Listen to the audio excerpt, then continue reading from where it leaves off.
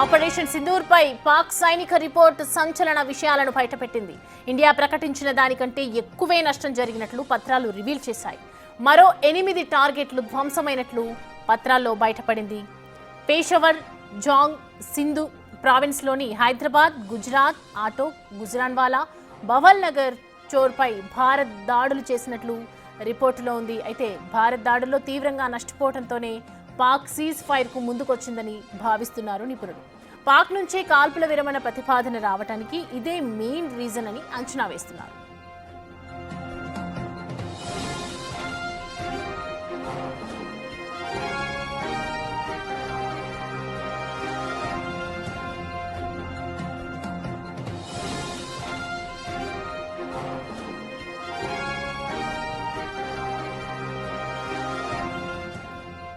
ఈ అంశానికి సంబంధించి పూర్తి డీటెయిల్స్ మా ప్రతినిధి శివ అందిస్తారు. శివ, చూస్తూ ఉన్నాము ఏదైతే రిపోర్టుకి సంబంధించినటువంటి కొన్ని విరమణ ఒప్పందానికి, కాల్పుల విరమణకు ఇదే మెయిన్ రీజన్ అని అనుకోవచ్చా?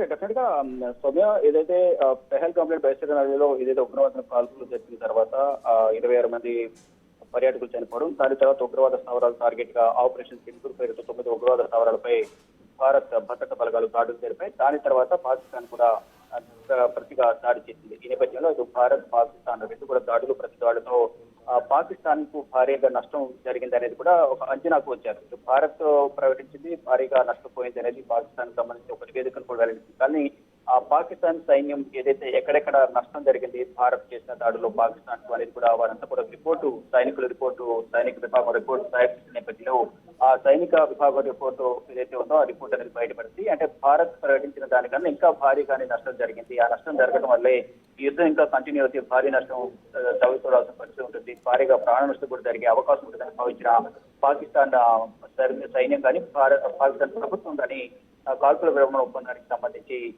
కాళ్ళబేరానికి వచ్చినట్టుగా కూడా తెలుస్తోంది. దానిలో భాగంగా ఏదైతే గతంలో ప్రకటించినట్టుగా ఏదైతే ఎయిర్ బేస్లు కానీ వైమానిక స్థావరాలు అనేకం దెబ్బతిన్నాయి. ఆర్థికంగా కూడా కుదేరిన పాకిస్తాన్ కు ఈ దాడులు అనేది ఇక సంఘాతంగా మరి అనేక ఇబ్బందులను ఎదుర్కొన్న పరిస్థితి కనిపిస్తుంది. ఈ నేపథ్యంలో ఇండియా దాడులు తీవ్రంగా నష్టపోయినట్లు కూడా ఒక రిపోర్ట్ వస్తుంది. మరో 8 లక్ష్యాలను ధ్వంసమైనట్లు కూడా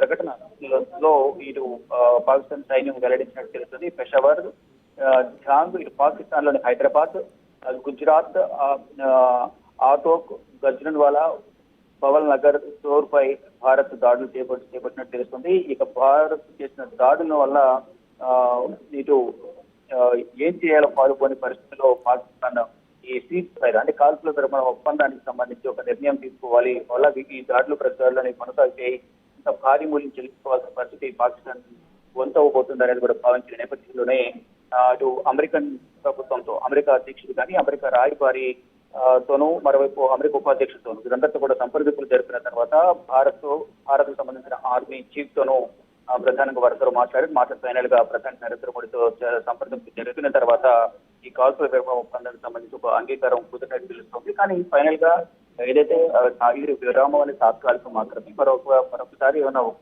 ఉగ్రవాద చర్యలకు పాల్పడితే మొత్తం దీన్ని యాక్ట్ ఆఫ్ వార్ గా భావించి ప్రతిదాడి ఉండబోతుంది. దీని యుద్ధంగానే మేము భావిస్తామంటూ కూడా ప్రధాని నరేంద్ర మోడీ అలాగే కేంద్ర పెద్దలందరూ కూడా తెలియజేశారు. కానీ ఏదైతే భారత్ చేసిన దాడుల వల్ల పాకిస్తాన్ అనేది అత్యంత దారుణంగా నష్టపోయింది. ఈ నేపథ్యంలోనే భారత్ తో కాల్పుల విరమణ ఒప్పందానికి ఒక అవగాహన పోసి వారితో చర్చలు జరిపారు. ఈ నేపథ్యంలోనే ఇటు మధ్యవర్తిత్వంగా కూడా భారత్ కు పాకిస్తాన్ కు మధ్య అమెరికా కార్యదర్శి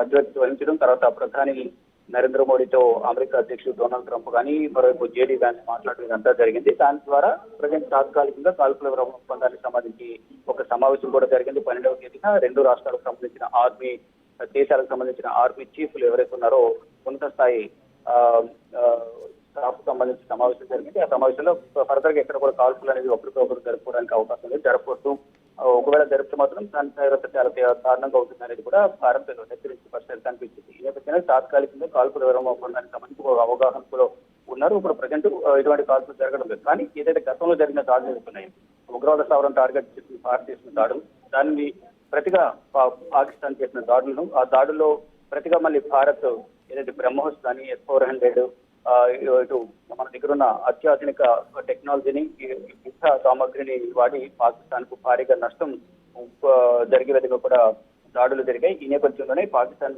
భయపడిన నేపథ్యంలో వారందరూ కూడా కాల్పుల విరమణ ఒప్పందానికి కాళ్ళబేరానికి వచ్చారని చెప్తున్నారు. కానీ భారత్ ప్రకటించిన దానికన్నా ఇటు పాకిస్తాన్ సైన్యం ఏదైతే నివేదిక తయారు చేసింది, ఎక్కడెక్కడ ఆర్థికంగా నష్టపోయి ఎక్కడెక్కడ వైమానిక స్థావరాలు కానీ ఎయిర్ బేస్లు కానీ మరోవైపు అనేక విధాలుగా సైనిక వ్యవస్థ ఏదైతే ఎక్కడెక్కడ నిర్వీర్యమైతే ఎక్కడ నష్టపోయామనేది కూడా ఒక నివేదిక తయారు చేసిన నేపథ్యంలో భారత్ తో ప్రకటించిన దానికన్నా ఎక్కువే అక్కడ నష్టం జరిగింది అనేది కూడా వారి సైనిక వ్యవస్థ కానీ అక్కడ ఆర్మీ వర్గాల చర్చ అయితే కొనసాగుతుంది. దానికి సంబంధించి ఒక నివేదికను కూడా తయారు చేసినట్టు తెలుస్తుంది. ఆ నివేదిక బయటకు లీక్ అయిన నేపథ్యంలో నష్టం అనేది భారీగా జరిగింది అనేది కూడా పాకిస్తాన్ భావిస్తుంది. దీన్ని బట్టి కాల్పుల విరమణ ఒప్పందానికి ఇద్దరి మధ్య చర్చ జరిగినట్టుగా కూడా తెలుస్తుంది. Right Shiva, thanks for the updates.